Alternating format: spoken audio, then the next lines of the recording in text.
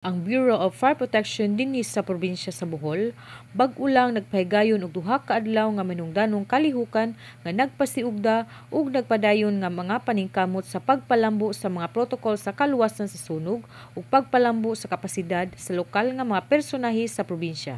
Kaniadtong Nobyembre 27, 2024, gitigom sa BFP Bohol ang mga opisyal niini ug ang mga chief admin sa matag fire station sa Bohol alang sa administrative system review nga gipahigayon sa JG's Seafood Village sa Tagbilaran City. Ang kalihukan nagtumong sa pagtimbang-timbang sa pagkaepektibo sa mga proseso sa administratibo ug pagsiguro nga ang mga sumbanan sa operasyon sa BFP Bohol na isubay sa kinatibuk-ang tumong sa ahensya.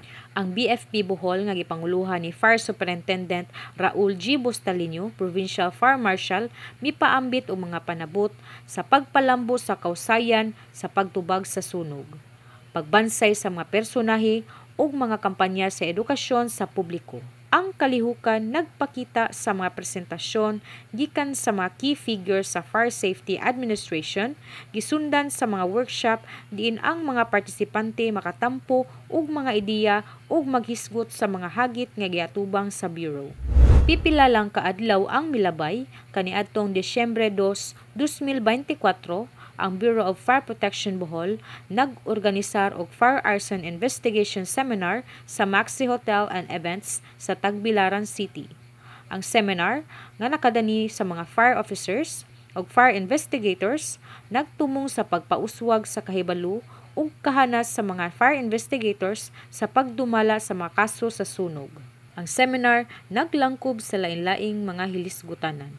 Lakip na ang mga advanced nga teknik alang sa gigikanan sa sunog ug ang hinungdan niini, ang legal nga aspeto sa investigasyon sa arson ug ang importansya sa pagpreserbar sa mga ebidensya.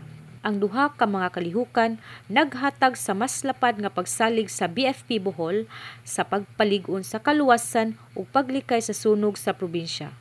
Uban sa nagkadaghang urbanisasyon ug nagkadaghang mga insidente nga may kalabutan sa sunog, ang proactive nga pamaagi sa Bureau nagtumong sa pagpauswag sa kahanas sa mga personahe niini, pagpalambo sa administratibong kausayan ug pagtukod og mas lig-on nga pakigtimbayayong sa lokal nga komunidad.